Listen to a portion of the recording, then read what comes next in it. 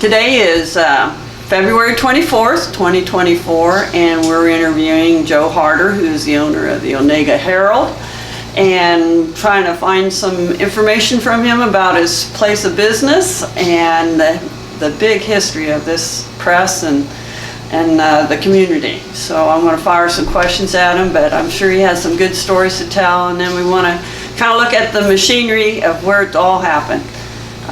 Joe, I guess I know you since maybe about '86 when I came into the town, and actually I met your mom and dad and all that, but can you tell me a little bit about your mom and dad and yourself as far as when they acquired this and when you took over? Okay. Mom and Dad moved to town. They came to Onaga looking for a newspaper in 1954. They had been looking at two newspapers, one here in Onaga and one in Wilson, Kansas. They had gone to Wilson and thought that Wilson was a little bit of a there's just not a lot in Wilson. There isn't. And there was not a lot to keep a newspaper alive. So they chose to move to Onaga. Well, my mom had really not ever been in Onaga to speak of, because she didn't work on a newspaper before. Where were they coming from? From Blue Rapids. Blue Rapids. Yeah. Oh. They had leased a new Blue Rapids time for a year, and Dad made it go in Blue Rapids so well that they wanted to take it back. So Dad said, I'm tired of working for someone else. I'm going to own my own newspaper. So this newspaper was for sale. And when Dad came to Onaga, the streets were all 18 to 24 inches higher than the sidewalks, or lower than the sidewalk. Oh, yeah. And it was a dirty little town. It really was. As were all little towns back then. The sidewalks on this west side of town were about this much higher, just like they are at the post office now. Yeah. That all changed in 1958 when the state came through and they brought the streets up to match the sidewalks. And you were only about 2, weren't you? But I remember. Oh, really? I do remember wow. the streets coming up. And I remember the doughboys sitting out here in the middle of the street. I remember that. So, we're about the same age, so I can remember coming through town with my dad. It was moved in 1958. But didn't it come back?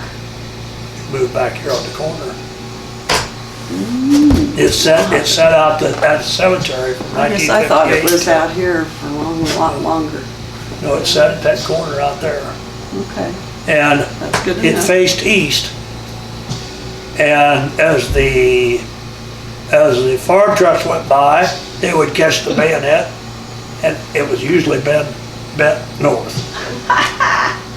Because the farm trucks, well, their stock tractor would catch it and bend it north. When Mom and Dad moved to Onaga, Mom was pregnant with my older brother Bill. And what was your mom and dad's name? We never did say Bill that. and Kathy. Bill and Kathy. William, Frederick, and Catherine. And so Bill was the oldest? my brother Bill is number 2. Number 2. My oldest sister is Jan. Okay. Mom and Dad came from Hanover and West Plains, Missouri. Dad was working at the West Plains Quill when they met. He moved to Sabetha to be closer to his mother. And he had a toothache one day, and he called Mom and he said, Mom, Kathy, would you come up here? And she said, Bill, you know the only reason I'm going to come up to Sabetha. And he said, well, come up and bring your mother. So they went up, and 2 weeks later they were married in Hiawatha. Oh, how funny. Because that's where the judge was Hiawatha. Yeah. So they lived in Sabetha for about a year, or something like that. Then they went to Blue Rapids from there? Or no. No, he was all over the place. Before he went to Blue Rapids, he tried to sell paper for a company out of St. Joe. And Dad said he just couldn't get along well enough and get his foot in the door because there were too many paper salesmen to start with. So they decided that if he was going to get in the printing business, he needed to be in the union. Well, there were no union shops around here, so they moved to Coffeyville. Coffeyville was owned by the Setons, and that was a union shop. Once Dad got in the union, then he could work they moved to Topeka, and that's where my sister was born. He worked for the Journal. He didn't work for the Capitol, he worked for the Journal. The funny thing is, the Journal came out in the morning. The Capitol used what they said in the Journal. But he could not work on the Capitol. He was caught one time setting type for the Capitol because he was caught up. They nearly fired him. Oh yeah. Because if you work for a non-union. A union, you can't do somebody else's job. Yeah. Dad saw, now this is dumb. Yeah. I'm supposed to sit here and twiddle my thumbs because I'm doing somebody else's job. So that's when after he got his training down there, he started out in Hanover, Kansas, running a line of type. And I'll show you a line of type after a while. Then they moved from Topeka to Sabetha, to Blue Rapids for that 1 year. The postmaster's husband had the Blue Rapids Times. And the postmaster did not like that Dad read the paper better than her husband did. So she made him take it back. It was under the understanding that Dad had the option to buy it. And she didn't want him to quit yet, so he had to take it back, and that's when Dad moved here. They ran the paper here. Who owned this paper before your mom and dad did then? Who were selling it to him? Do you remember? Howard Howelwout. No, I don't. I never knew the guy. Okay. His name was Howelwout. Houghawut. Wow. Never heard that. This, other than when Dad sold it in '83, in November of '83 to August of '85, it's only been in 2 families since it became a newspaper in 1890. The Howelwouts and ours, and then the people that owned it that we had to take it back away from. I started in here in '85 as a part-time, and then Dad had problems with it. He had a hernia that got infected, and then he couldn't work. So I came in and started helping more and more and more and more and more, and eventually became a full-time job. And in '90, we bought the job press that Dad knew nothing about. Dad still had his 2 job presses, and I ran my job press. The work that he was doing was starting to dwindle because of the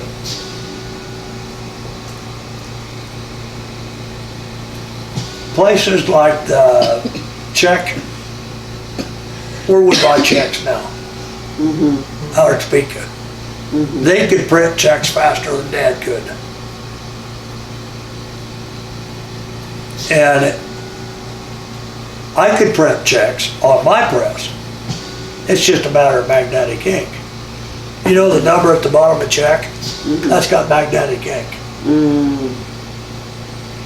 And that's how the machinery reads it.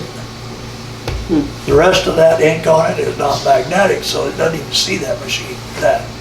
Now it's all photography. So Dad printed a lot of counter checks for a lot of different banks. And all you had to put on was their routing number. And you know, people didn't go by account numbers, they went by names back then. Of course, they all had an account number, but So your folks acquired this in about 58? they acquired this in 1954. 54? Right. Oh, okay. And that building was down there where Gary Paulson's building was. Oh, okay. Now, if you can imagine, everything plus more in that building. Ah, you were squished It was together. squished together. Now, of course, the cabinets weren't there. Yeah. And then this desk wasn't there. That was the desk right there. That was in the office. That kind of reminds me of the one up at That was a roll top desk Yeah. that the top had been taken off of. It would be if the top was all still there. Yeah. Yeah. Yeah. Well, 54, you said your folks took it over, and then you came in about 85, you said. Right. What were you doing between 74 and 85? What gave you the experience to come into here? Of course, Other after than- growing up in here, I kind of knew what was going on anyway. Okay. I wrote basketball and football stories when I was in high school. Okay, so you actually did it before 85 already. You were Well, kinda- you know, yeah, and helping. I messed around in here so much. I was doing the casting, and I can show you what casting was. Mhm. I knew how to do that. There were a lot of things in here I knew how to do that, for me to say casting, you wouldn't have a clue what I'm talking about. So you showed me. But Dad'd say, okay, get your ass back there and do the kill out. And he'd take a paper and he'd mark out a paper what needs to be saved and what doesn't. And if you're saving an ad, you tied it up with string and left it lay it set there. Or if it didn't run the next week, you tied it up with string, you picked it up and you set it on a galley. And you put that galley someplace where he knew it was gonna be the next week or the following week. He had galleys, places for galleys that would be for advertising in the next month. This row was always for anything in this month. If it didn't run till the next month, you put it in the next row. And after that, it was always his printing stuff. You know, it just small things that would save him time.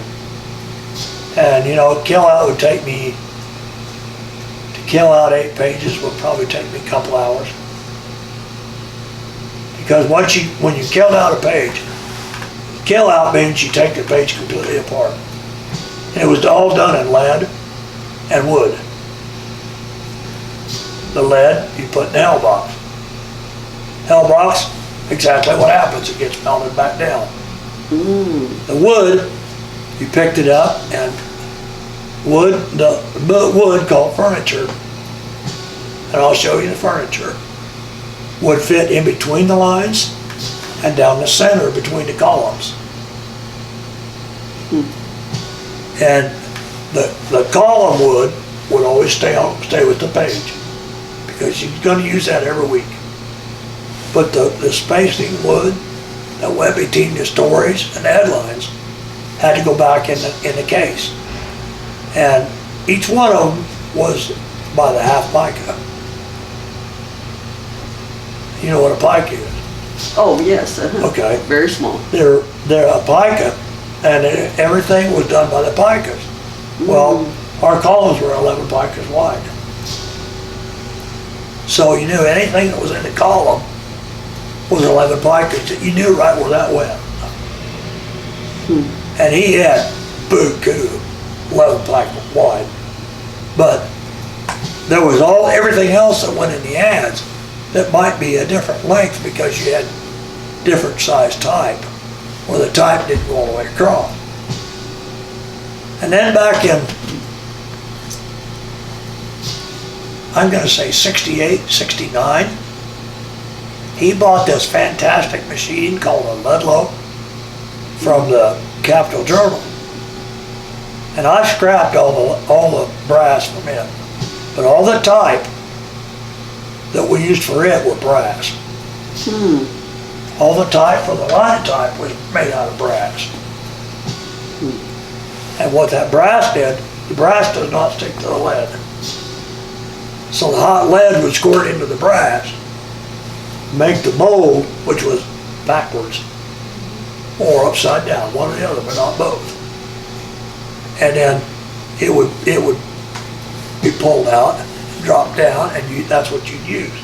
And the lead would go, the brass would go right back to its original place. Well, the Ludlow would set type that big, where the linotype, the highest it would set would be 24 point. 24 point is, a point is a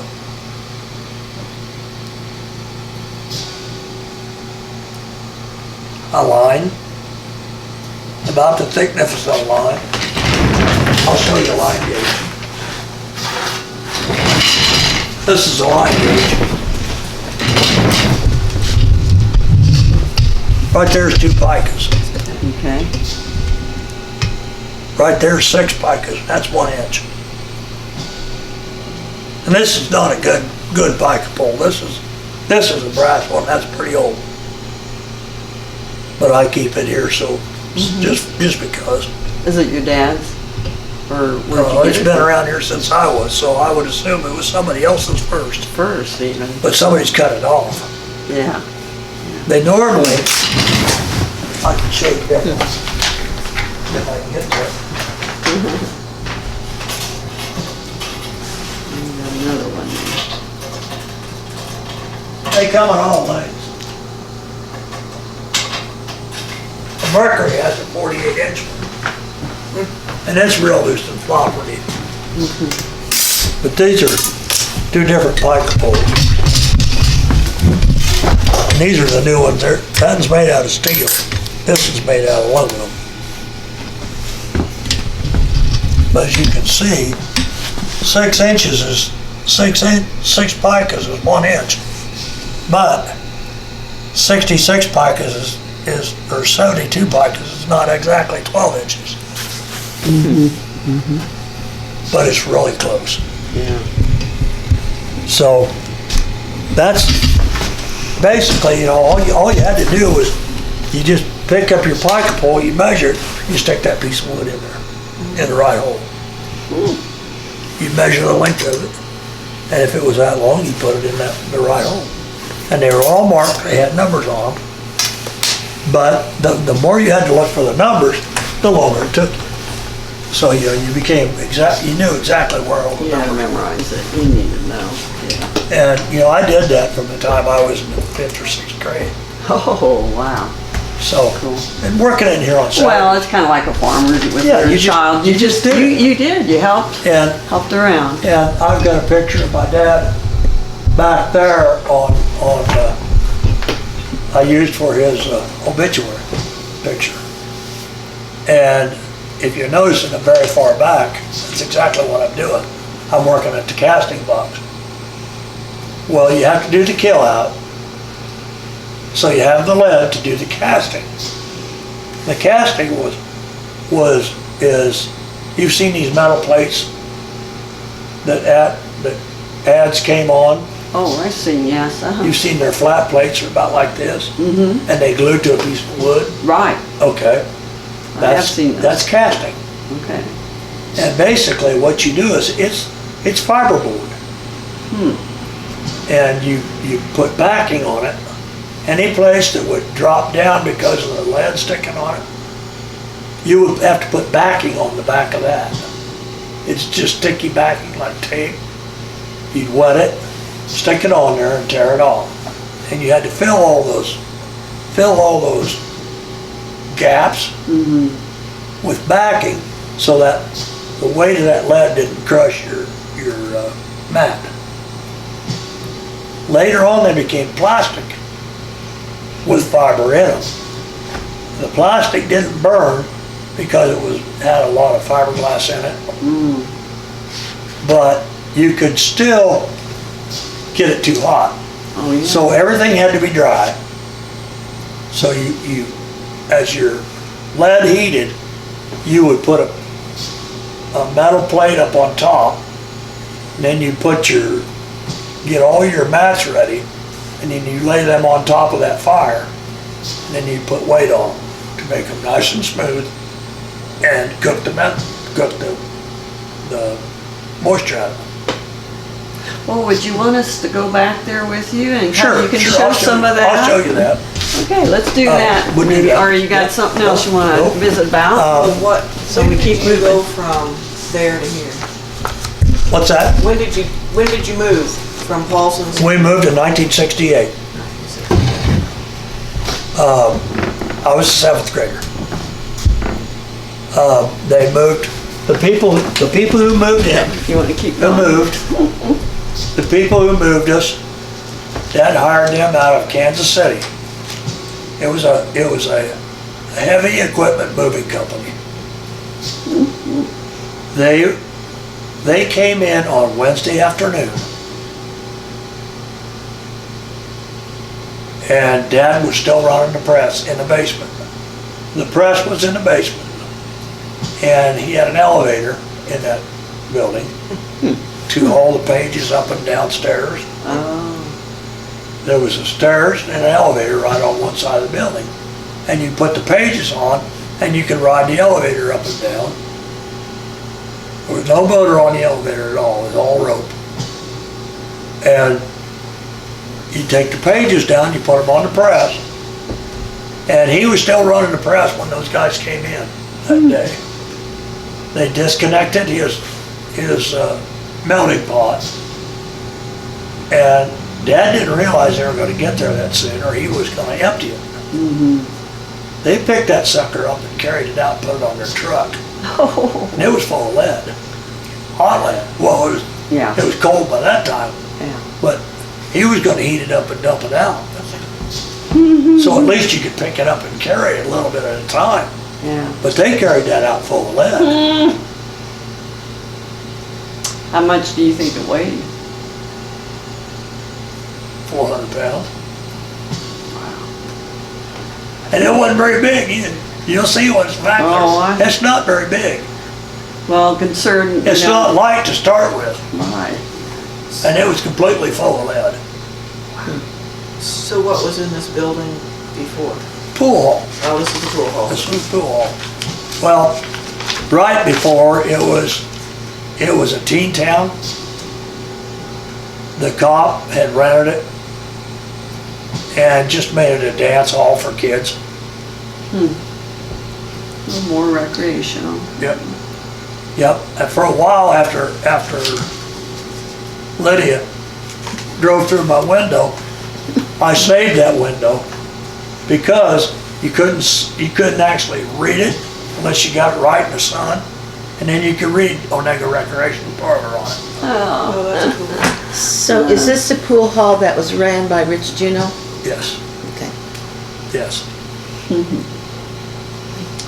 Where you've got a picture in the book where Rich is standing, he's standing right where you are. Herald, all the crow's nest was right here. The And what? they sold pop and Crow's peanuts. nest. They sold pop and peanuts. And right about here is where that gate was. There was a gate here. Looks like some holes there in the floor. Is that? That's where the electricity went through the floor. Okay. Yeah. You know, you just draw on the floor. Yeah. And then there were seats that lined both sides of the building. Seats like Johnny Annan had.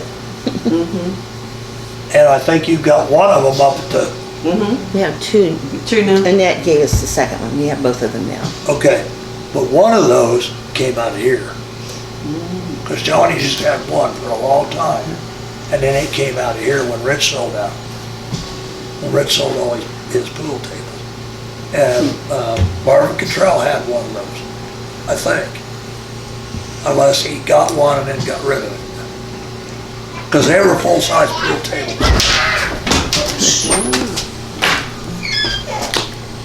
Okay. One from 1985, when we first took over, the newspapers were done with photosynthesis, meaning everything was photo, light. Our first computers were iTex, and they had spinning letters on them, and it was all computer generated, and when you pressed a button, it would know when to hit the E, and it would flash that light E up on that photo paper. And as you typed, it would put it on the photo paper. He'd get to the end of the next line and just keep going on the photo paper. Then we'd take it out after it got so long, take it over to here and put it through a processor.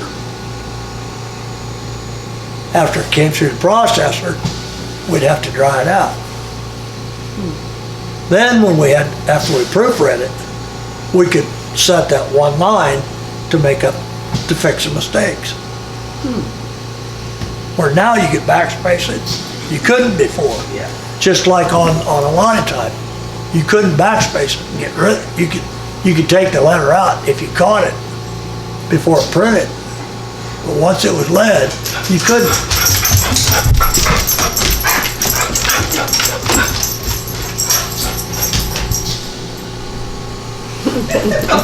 Looks like we're gonna keep the dog. Hey, It's okay. get on the bed. Get in your bed. I better show what we're yelling at. Hey, let me go. I Yeah. guess not. So, let me move the cat food, which never actually ended up working.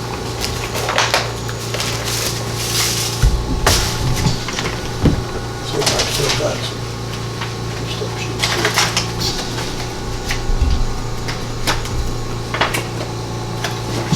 I don't even know if I've got any paste up sheets left. Anyway, this is not exactly what we had.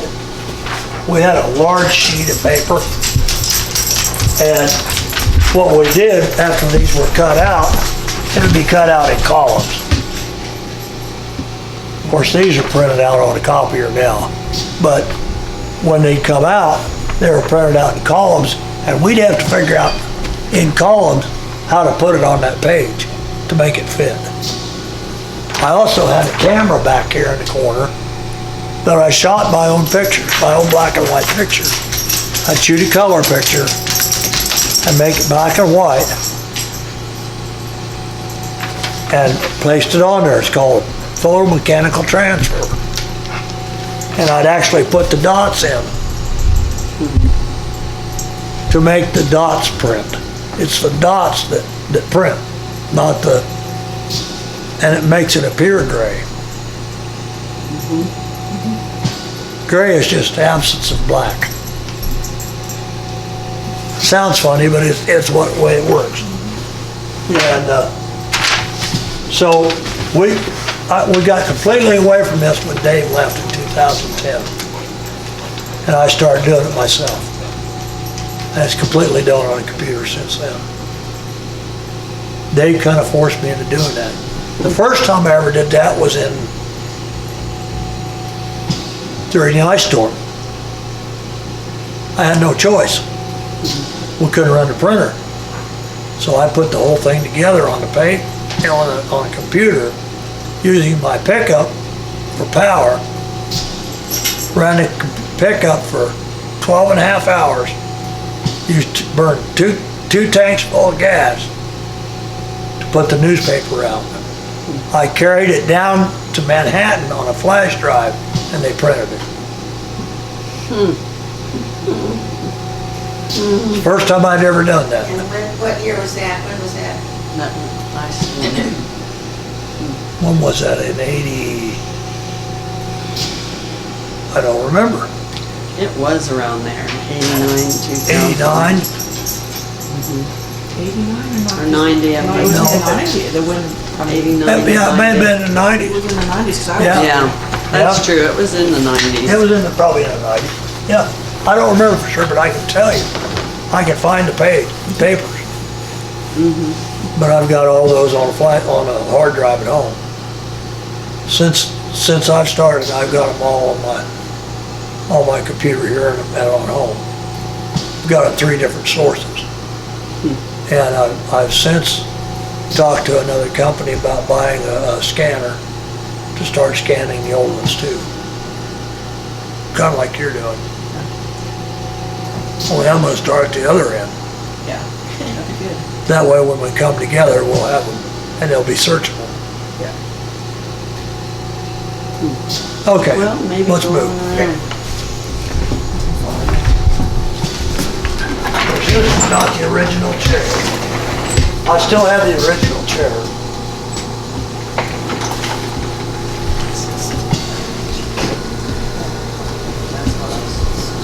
This is,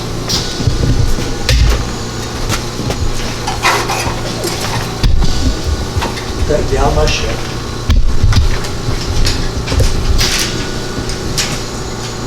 Wiping machine.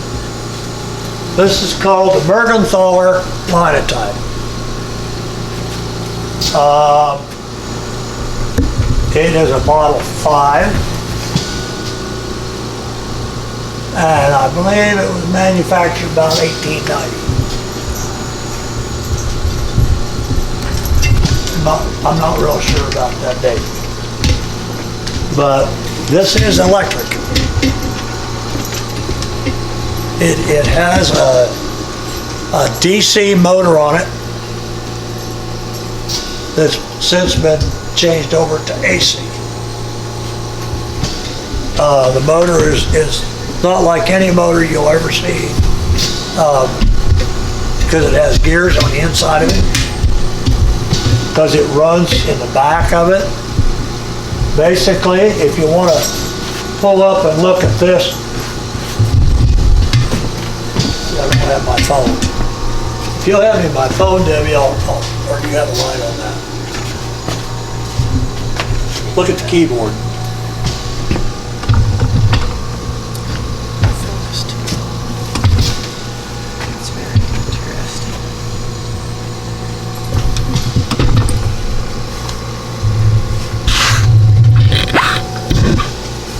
See the keyboard.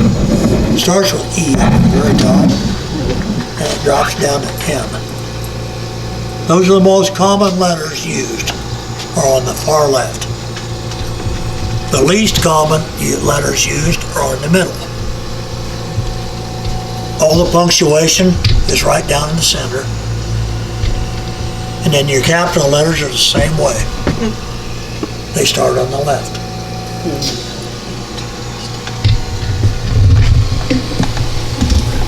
So I assume you sit down here. Sit type down here, in. type out your line. See, I'll shut my flashlight off before I forget. The type is in here. The lead type is in here. Not the lead type, the brass type. Brass type like this.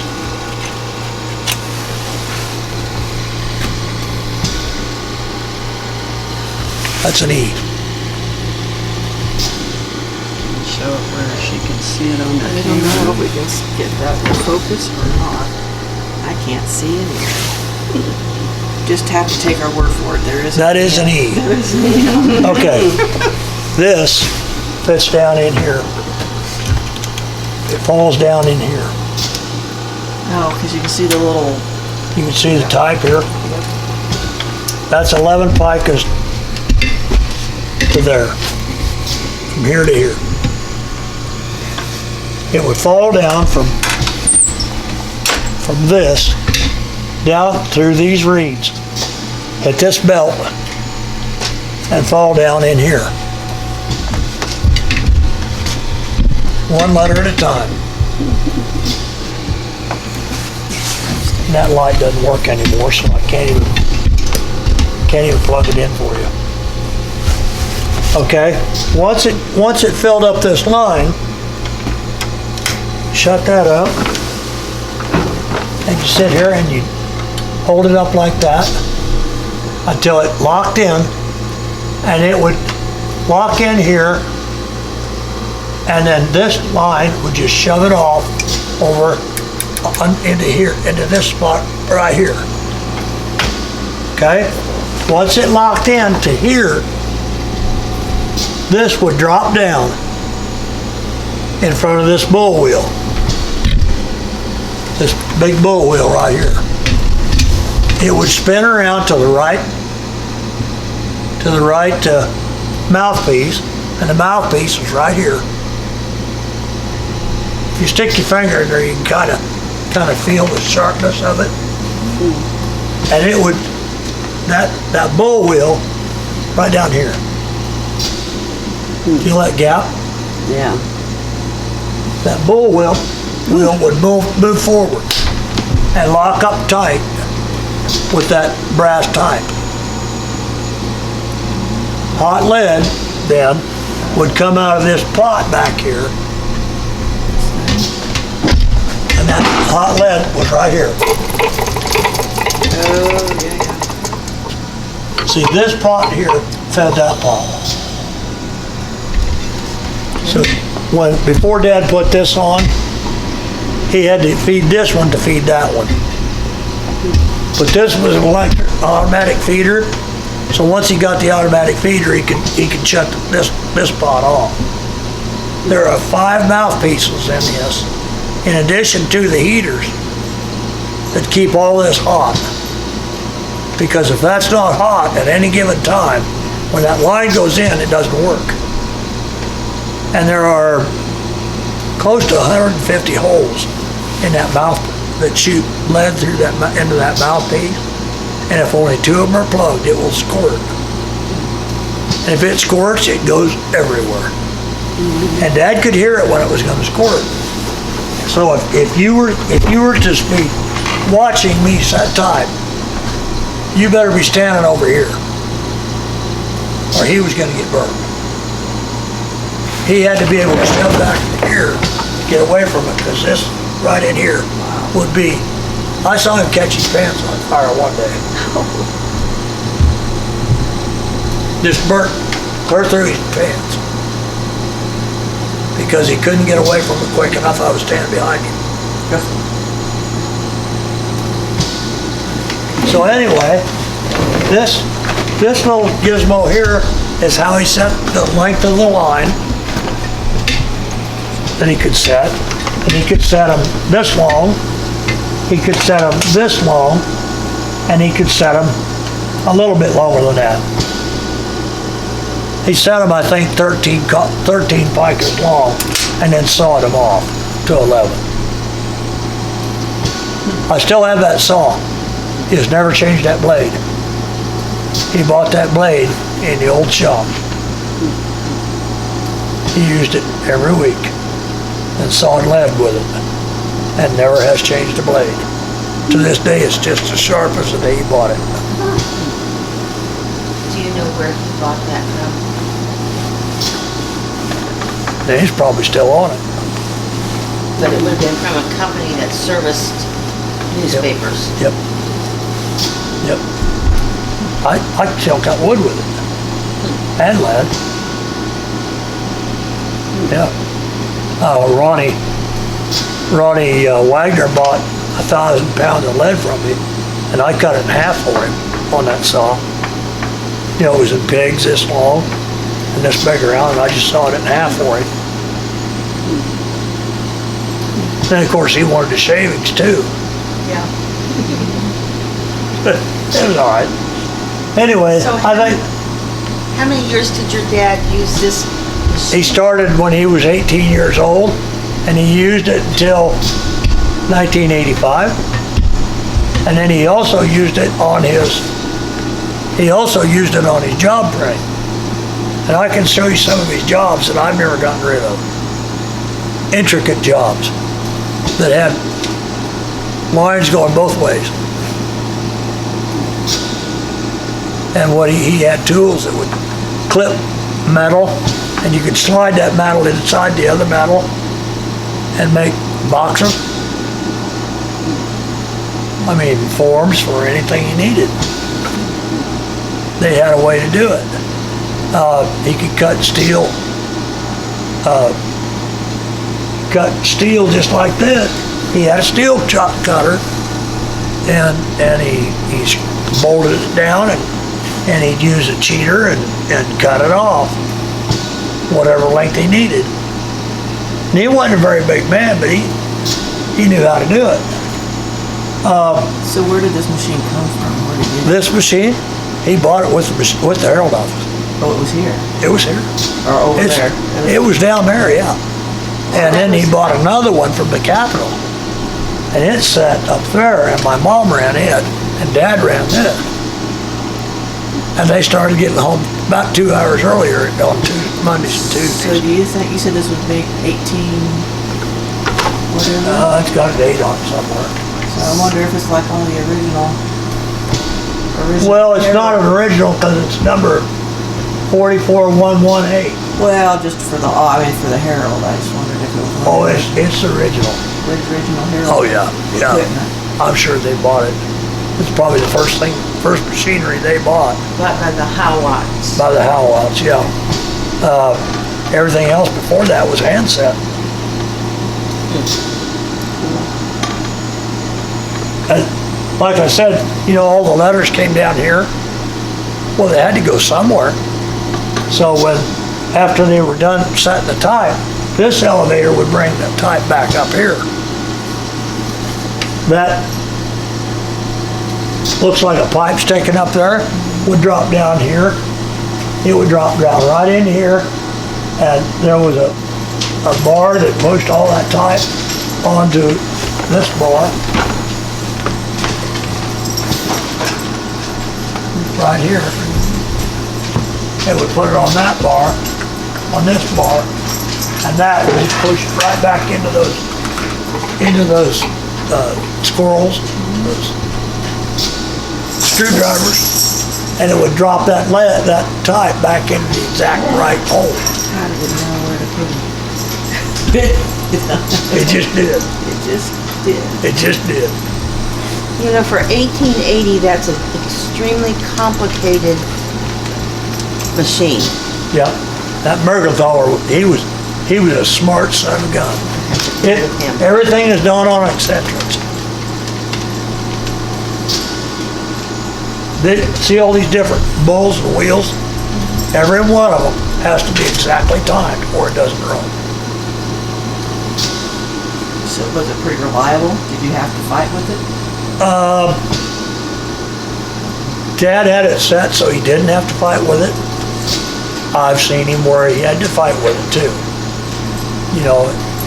If something broke, getting it reset was a problem. He could get a guy up here to work on it. He started charging $100 an hour from Kentucky. What was the last? So he only hired him once. Oh, Yeah, no doubt. What was the last date that it was used then? That you can kind of remember, what year? Probably 96. Really? My dad was trying to teach me to run it. And he didn't get sick till 96. Wow. Not really sick. He wasn't feeling well. Over 100 years use of it though. Oh yeah, yeah. And it would, Wow. if I would heat it up and clean it, it would run. I'd have to put gas back to it. Because these pots all ran on gas. The motor runs on electric to makes it all run. But the pots were all hooked up with gas. And the last time the gas got cut off down by Stan Hayes' place. Shit, I wonder how old I was. I don't know. They said, do you want that relit? And I said, no, you don't have time. And I said, I don't use it anymore, let's just cut it off. They said, you mean cut the gas line off? And I said, yeah. So they cut the gas line off downstairs in the basement and they capped it. You know, See, no gas line anymore. as you describe that, it was honestly a very dangerous machine, wasn't it? Oh, With all the yeah. chemicals and the heat and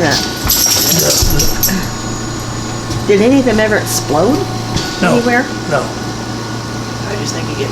See, this really didn't have chemicals. Well, but lead, It's just hot lead. No wonder we got lead. Gas. No wonder. Well, natural gas. But it's just like having a fire. You've got to set that in the summertime, you know. Yeah. When they first moved in here, they didn't have air conditioning. No.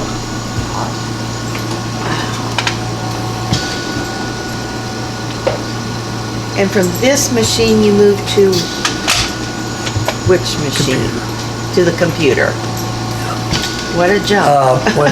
When Dad sold the newspaper in 1983, he lost his standing. He had a standing order with the mill because his press that I no longer have would only print flat sheets, and those had to come directly from the mill. He had to buy 2 tons of newsprint at a time, and it was carried in here through that door. Do you remember little skinny Bright? He used to run Bright's freight line. I don't. He and my dad would bring it through that door, and his board is still in here that they ran it down on, and they'd stack it back there where that dark room is. Did you know that's a dark room back there? This is Karen's office, and then, of course, I didn't realize you had that as a separate room back there. yeah, that's my dark room. That's my dad's printing press. It hasn't run since the day he died. I just covered it up. It's a totally, once you get it set up, Dad could get it running and go back and fix himself a time wall. I've run it since,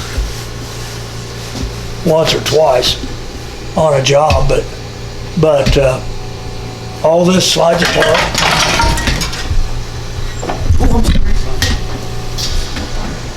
This part is what fed the paper into it. This part, it's all vacuum, took the papers out of it, and then back in here is where the type went. And you can see what happened to all the rollers. They fell apart. The rollers just fell apart over time. So it can never run again unless I buy new rollers, and I won't. I would buy new rollers if you wanted it, but it's just not worth it. And how long did he have that? He bought this in '62. And he actually had this in the main office part of Gary's office. When you first walk into Gary's office, was this desk, and then this thing, and there was a doorway and a wall that took you into the next room, which was Gary's office. And I just keep this sheet over to cover it up a little bit. Just because I'm kind of sentimental about it and I don't want to see it. This press is one we bought in '92. And I printed a lot of NCR paper on this and envelopes. And this is more of an offset press. It's actually called a duplicator.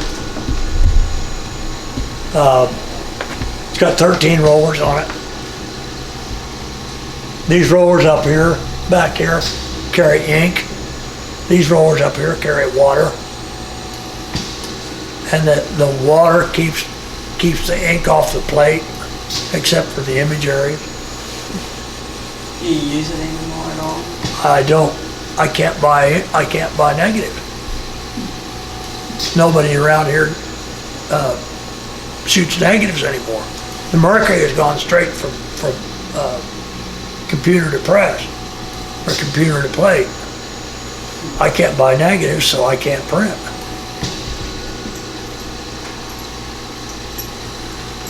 So that stopped my printing business, which is all right.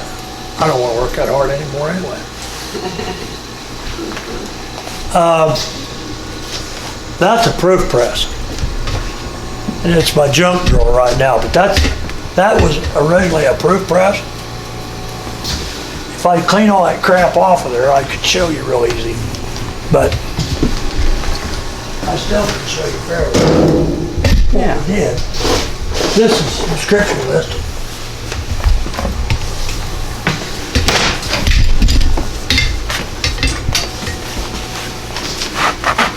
See, way back when we did this, the post office was good enough that you could mail things to people in Topeka, and if it was bundled 66601, that bundle would go only to 66601 in Topeka. Or if it went to a bundle called 66604, it would only go to 66604. So you just needed that one 66604, Topeka 66604. It didn't have to go on the paper. So, I don't know what these are right now because I can't see anymore, but someplace on there it is 66435. I don't even know where that is. Their addresses, I guess. They are addresses and expiration dates. That's all you needed, was name and address and expiration date. Didn't need their town, because we had all those on a piece of paper that they all went to, and they were all tied together. So you put them in a bag that said Topeka, it went to Topeka and it was dispersed from Topeka. It went to Salina, it was dispersed from Salina. You know, it was very, very simple. Now it's not that simple. We can't even print our own labels anymore. The Mercury prints our labels. For the Westmoreland people to get their newspapers on Thursday, we're having Manhattan drop ship them in Westmoreland on Wednesday night. Otherwise it's Friday or Saturday before they get them. Well, by that time, everything for the weekend's done. Anyway, that Mustang mailer I stole from back from the Hysterical Society 100 years ago. I took over to the Haydenville. I'll show you what I did with it. If I can find it again. Here it is. Ugh. That sucker's cast iron. I took this over to so the little kids could see how they used to mail newspapers. If I drop it, it's gonna piss me off. But as you can see, it moved, each one would move one address. And then you address it, and then you just have to line it out just right. And you ink this each week, and then each week, I would pull a proof of them. And Dad would go through the proofs, set the lines, cut them, and then I would change the date, expiration dates, or make the address changes. Or Mom did. As I got older, I did it. Mom did it before. But that was just something she did on Thursday or Friday. So it was ready for the next week. If we got a new subscription, then Dad just write it on a newspaper. But, and that's called a Mustang mailer. So, when I finally quit doing these tours, I'll get back to you. When I found that up must have been before my time that you took for it. your time. Yeah. Yeah. When I found it up on the historical floor, it was rusty. Oh, I couldn't even move it. So I got it semi-cleaned back up, and I've just hung on to it since. I didn't know we ever had I that. know you didn't. So, so Joe, there's a plate back there. Is that how you. There's a plate Well, back where, see that thing leaning? that thing leaning up there, go ahead and pick it up. Yeah, I don't think I probably can. That's not a plate, that's a page. Well, yeah. That is one of the last pages that came off the press in 1983. You have the front page up there of that same issue. There is another page sitting up underneath all that junk, which is not really junk, but Yeah. Stuff. stuff. It's just more lead. Yep. And right there is that, where I told you we tied the ads up and put them in that galley. See the string around those ads? On the fourth shelf there. Fourth shelf. Are you going here? Come this way. Come that way. Now go down. Down, nope. Down. Right down, right there. See that string Oh, I see, around yeah, that? that's string. Oh, there you got you. Yep. Yeah. You tie them up with a piece of string and pull it tight. And you never tied it on. You just take your, well, Well, and I see some right here with string on them too, so you don't have to go so far in. Here's one with just a little bitty. Where you at? Right here. yeah. And you notice there's no knot there? No, there isn't. You know how you do that? How you do that? You got it twisted underneath. Nope, you No? use that. Oh, I got that right here. That's spring steel. And my string should be around here someplace. Anyway, you can tie just about anything up with rope, with string. If you get it started straight, you keep winding, keep winding, keep winding.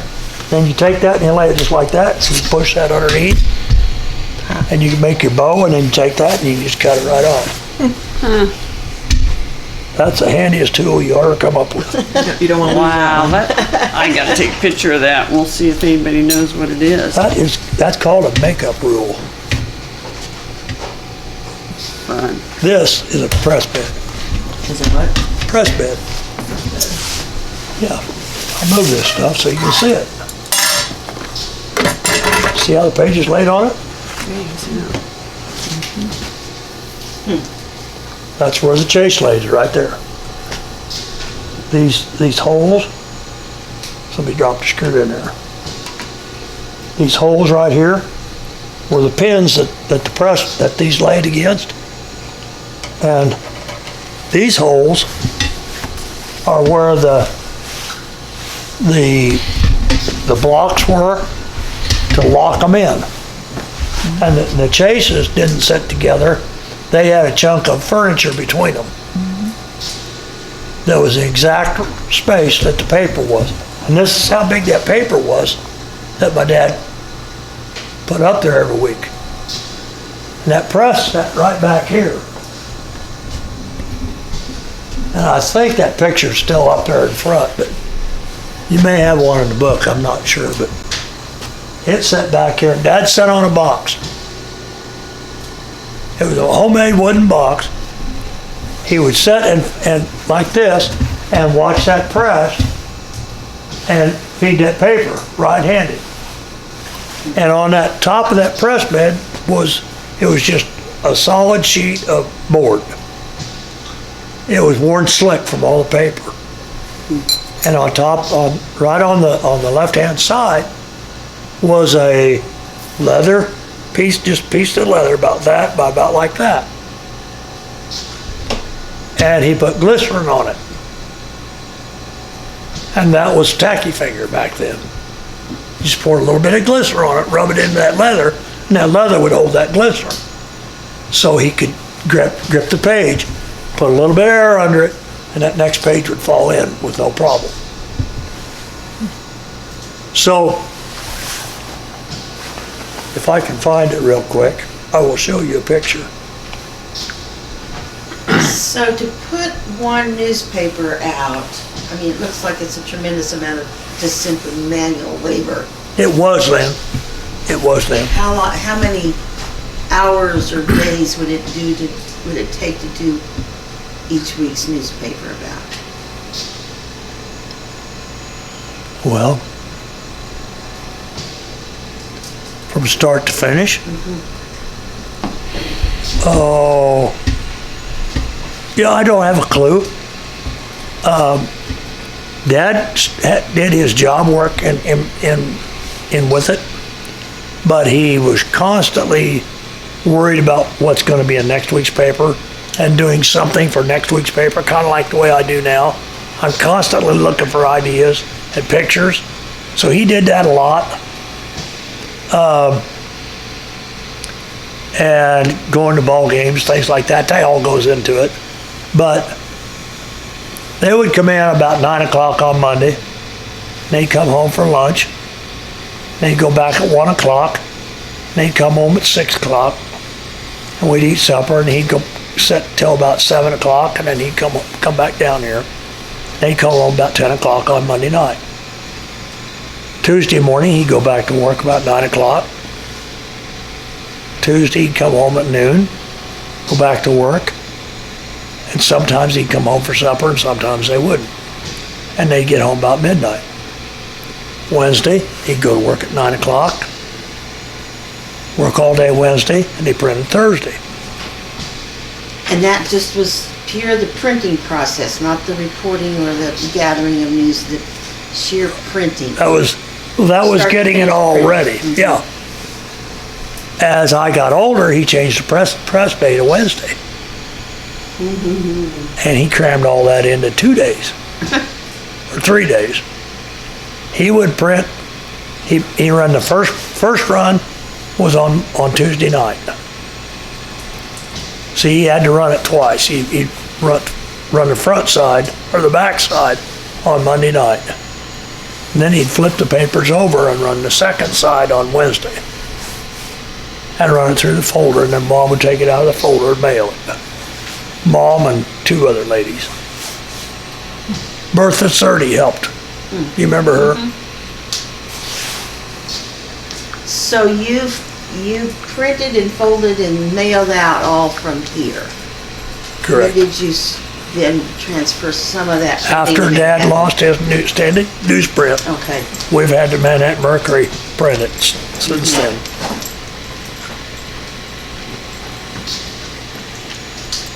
I made a cabinet, and I'd like to show you that cabinet, if I can find it.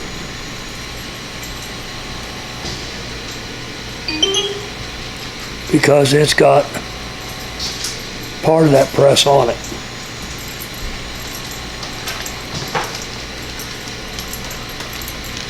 I can't remember when we did it.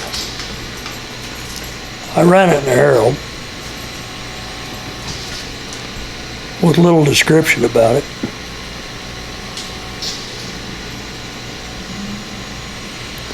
I need to take a newer picture of it so I know when it is, or put it in my special ones.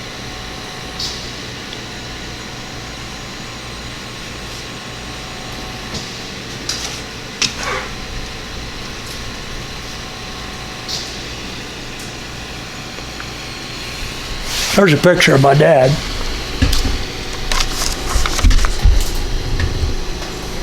And we lived in the gray house south of where Linda Tessendorf lives. It had a round door. Joe, I see are these ovens over here or something? That's Jan in '59.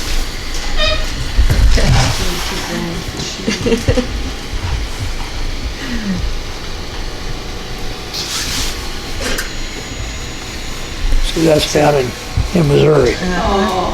First colored picture I ever saw. My aunt never called her Jan. It was always Janice. Janice. Yeah.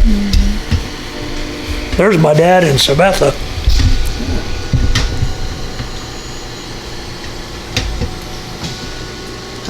Hey, you remember Kembrick Tennell? I don't. He was a volleyball coach at Centralia. Oh, yeah, I do. Now, you put a This one's his description to grandpa. him. He owned this about the Herald when my dad worked for him. That's where he gets that from. He's always writing his articles for the Yep, sports and yep, stuff. yep. So what was the name of the newspaper when your dad bought it? The Onaga Herald. Because the name morphed over time from the very beginning. No. Was Not there since more than, 1890.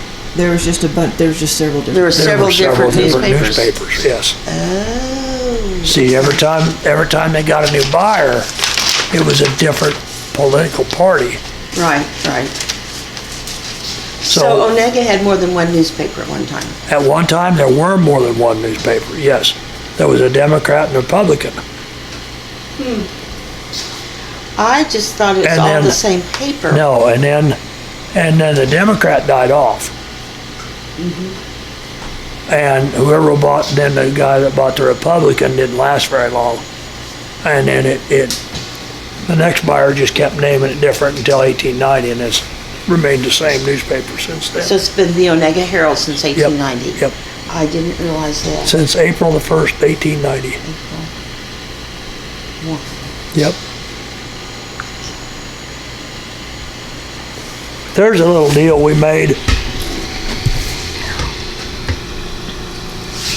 And if I can get to it here.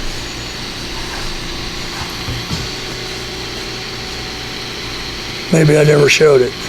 I didn't take a picture of it. On the side of this, on this end, I used some of that board from Dad's press, and it's got that leather chunk on it. Oh. I thought that was pretty, I didn't get a picture of it, Karen did. Now what's that round plate thing over there? What's what round plate thing? That print, the press. That's That's a print. just like that. Oh, okay. Yeah. Okay. There's that picture I was telling you about. There's my dad's picture, and that's me back there at the casting press. Jeff Comer took that picture. That's the Ludlow right there that Dad bought. And the reason it's so messed up is because all this stuff was on top of the cabinets for the Ludlow. And when I got rid of the cabinets, when I got rid of the type, I didn't need the cabinets. So we just scrapped the cabinets. And there's 2 more cabinets of that brass type over there. What are But- these machines right there that, Those kind 2 of there, like ovens? they're plate burners. They're like welding machines. Okay. They have welding rods in them for bright light, and they burn plates. Use the bright light to burn etch the image into a photoelectric plate material. And it made plates like these back here. Where am I putting them?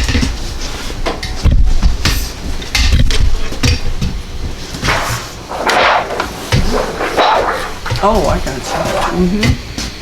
That's kind of cool. Is that tin? What? That plate, is it? It's aluminum. Aluminum? Huh? We used to get those for Cub Scout Day Camp. Tin punch projects. Still can.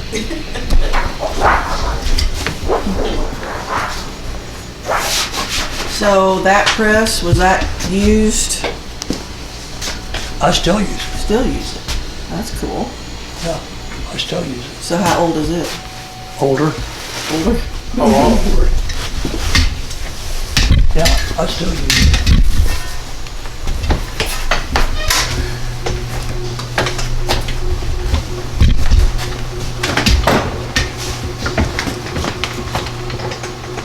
That's cool. It runs smoothly. Yeah, it's very quiet. I don't, excuse me, Debbie. That's an bring it to- inker, I'm assuming. Thank you. That disc inks the rollers.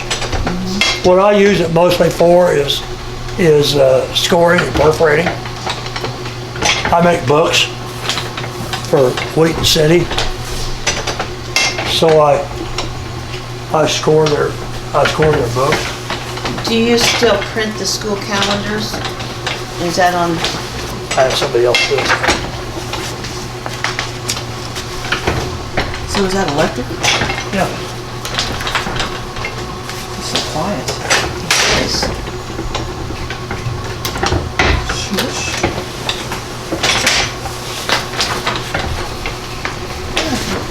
So it's not a, could you print on that? Is I it- can't. It is print. Or did you just print?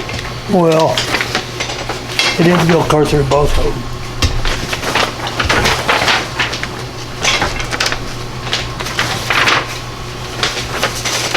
So you perforate. I perforated that. So it, Oh, I see.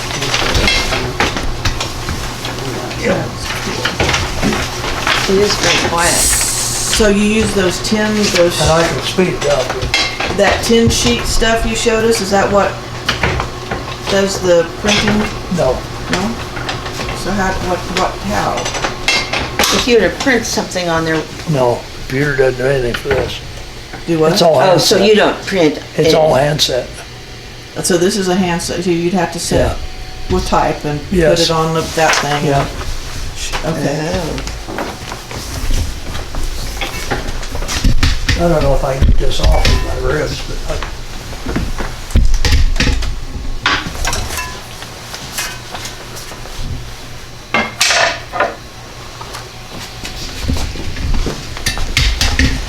that's lay right here. See, this is all furniture that I'm talking about. And that's wood. This is all wood. This is the only thing that's metal. Oh, and that's what was making your perforation? If you feel it, you can feel the little knife blade sticking up. But instead of that, you would put print. You'd set your I'd print. put my type in here, yeah. Set your print. Yep. Very cool. I don't use it very often, but So they did the Herald on that at some point? in time? Never. Never? never. Nope, nope. No. This is for like making checks or something in a booklet or, Any kind of commercial printing. Dad printed Jan's wedding napkins on it. Printed a lot of wedding napkins. Interesting. So how would you do the special type fancy stuff for wedding Handset. bands? Yeah. So you'd make it in One the- letter at a time. Well, but would you like, so you have fancy type? I do. You do have fancy type. I don't have the slightest idea where it is, but yeah, I do. Okay. A lot of I've thrown away Yeah. Cool. because, let's face it, it's not any good anymore. Yeah. You know, that's my drill press. I can cut up to drill up to 300 sheets at a time. Sort of like holes, like, Drill punch, yeah. yeah, hole punch. Yeah. You know, we put holes in the calendars. Very cool. Yep. And you said We that- buy the calendars printed. We don't, we fold them ourselves and staple them and punch them. So you said like that V-shaped cabinet, that's a print storage? Or Where's that? Type storage, that, Those, That that V metal one, yeah. feet thing? That had the brass in it for the Ludlow. I think we've since emptied it when we got rid of all the brass. Brass was at an all-time high last summer. And I went through I got almost all the brass out of here I could and sold it down in Topeka. We took close to a ton of brass down. All newspaper related Yep, press. yep. Those, I had 2 cabinets here and I had 4 cabinets that we hauled to Jeff Miller's that were completely full of brass. And then I have two or three magazines back here like those, or 4, that I emptied the mats out of, and I emptied those in there because they were brass. You know, it'll never do anybody any good. And I did not empty these out of the linotype, because I thought if somebody wanted to actually use the linotype, they might want to use that. But But yeah, there were several fonts in the Linotype. There was a fancy font in the Linotype as well.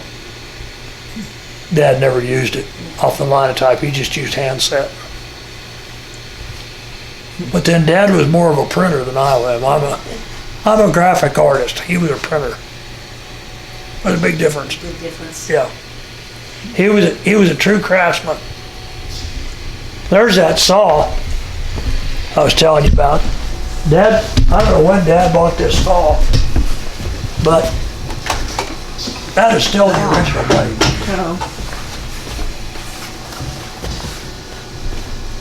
Oh, He got all those tools with it. Most of them, this is not worth a darn for a table saw. Who needs a table saw that long? It's really handy if you want to cut something short off, because it's got a deal that you can screw here and actually lock it on and cut it off. And it's precise, because this is a micrometer back here. If I'd oil it, it might actually work. And then it won't pull back any farther than that, unless you flip this lever. Gets dirt in it, that'll work with it on. what was that saw actually? What's it designed? It's designed to cut that? It's designed to cut that lead, yeah. Yeah. The whole part of it was it had a fence out here. Thank you. I look good. Its whole design was to put that lead in here on a fence, lock it at the right length, and then just cut it all off at once. And you could get a galley of lead in this. A galley was about that long. And you could just saw it off all at once. You could pull it out, hands full at a time, and stick it in your page that way. So among all your equipment here, how much lead is there now? I probably still got 1,000 pounds. And that's the same 1,500. lead that they're all concerned about now? That's what? Well, lead is lead, yeah. No, it's not. It's not? It's lead, tin, and antimony. Oh. It's not true lead. It's not pure lead. Okay, It's hard lead.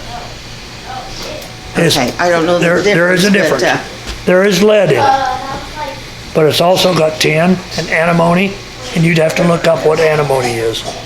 But it makes it really hard, so it can be beat on several times, and it doesn't flatten out. Regular lead, you hit it once and it's gone. So every week we had to clean our lead with a special lead cleaner, and you had to clean the dirt and ink and all the solvents had to come out of that lead. And I was going to show you I know we're getting too long, but No, you're fine. I'm going to have to leave, unfortunately. I want to show you my casting box before you read everything.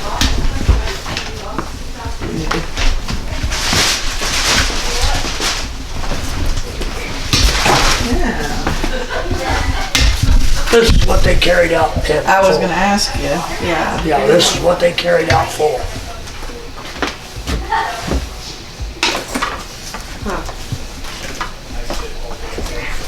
Stand up there. Pretty far down. Out my bucket's over. There, you need some scratch pads? Oh, I know Bo goes through stuff like that flat. So, basically what happened was,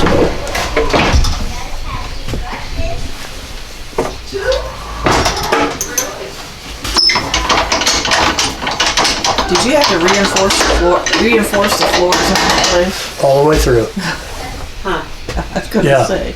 every 6 feet.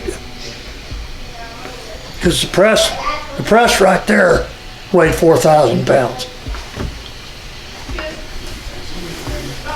It's set right there. No, it set all along there. Oh, I got All along there. The only thing that sat down here was a folder.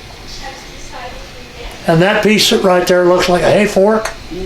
That's the piece that took the paper off of the press and laid it onto that table. That wooden table back there behind. He laid it onto that table, and Dad would pick it up off that table and put it back on the press the next day. So basically what you would do is, I can't check that yet.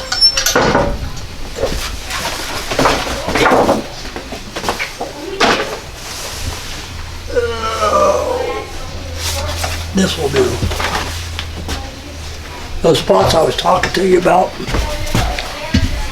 as you can see, if you were wanting to get a cast of that so you didn't mash this, you would take this backing like this, and you would glue this backing all along here.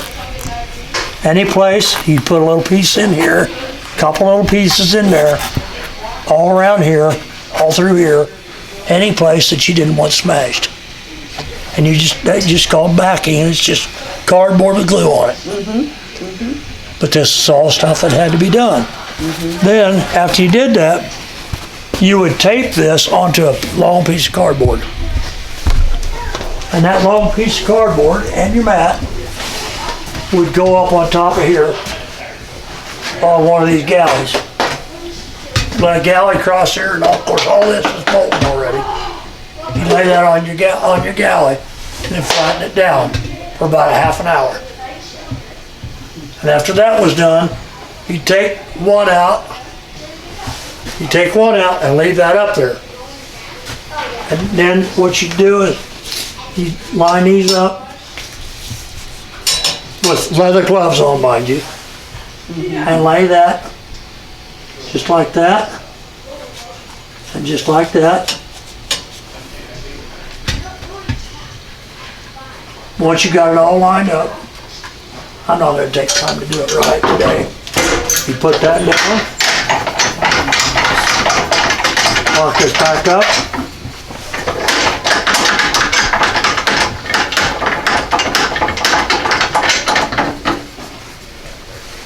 So you can tell it's going to take some time every day.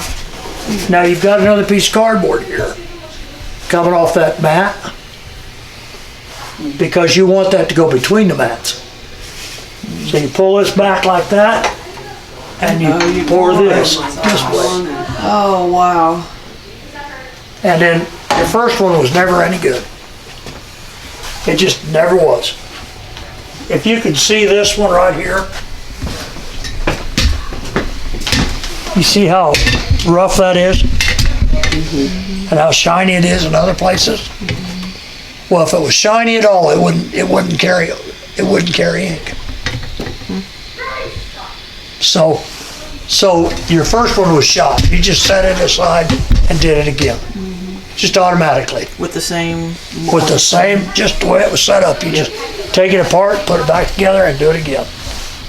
It's just because you have to heat the box up. Everything has to be hot, so you have to pour at least one to heat the box up. And the box was heated with gas? No, with hot lead. What This did- was heated with gas, yes. Okay, so, But you have to heat all this up with Yeah. hot lead. And these, what's this down here then for the, Those are where we poured the pigs, the extra pigs for up there. Or the Ludlow, the two linotypes, so you put lead into those and then you brought it over there. just like that, Yeah. just like that. That's what went in. Oh, I bet it's heavy. Oh, that is heavy. that's a lead bar. 17 pounds. And that would go in the linotype. That would go on the linotype and the Ludlow, the two linotypes and the Ludlow, yeah. Very cool. That's a 17 pounder, and that's a 17 pounder. We had one that was a 22. There's the mold itself over Yeah. there, I see. I had They're no low. idea it was such a Laborious? laborious, tedious Yeah. process to get a It newspaper out. was, it was. So It that's really was, yeah. 1800-ish too, also, that thing? Gotta be. Yeah. Yep, here's your gas line coming in and Yep. everything. Wow. Wow. I need to go, Okay. so thank you, Yeah. but Sure. continue on. This is just, Well, it is almost 11:30, so, and I'm What's a sure quarter we'll till wear 12? me out too. very Well, cool. thanks a lot, Yeah. Joe. Sure. This was a great You know, tour. I could probably talk about this place all day long. Yeah. Well, maybe another day. Okay. Let's start Okay. with We can this. do a part two. Oh, yeah, we can. Maybe so. Sure. All right, very cool. That would be All right. great to do a part two. All right.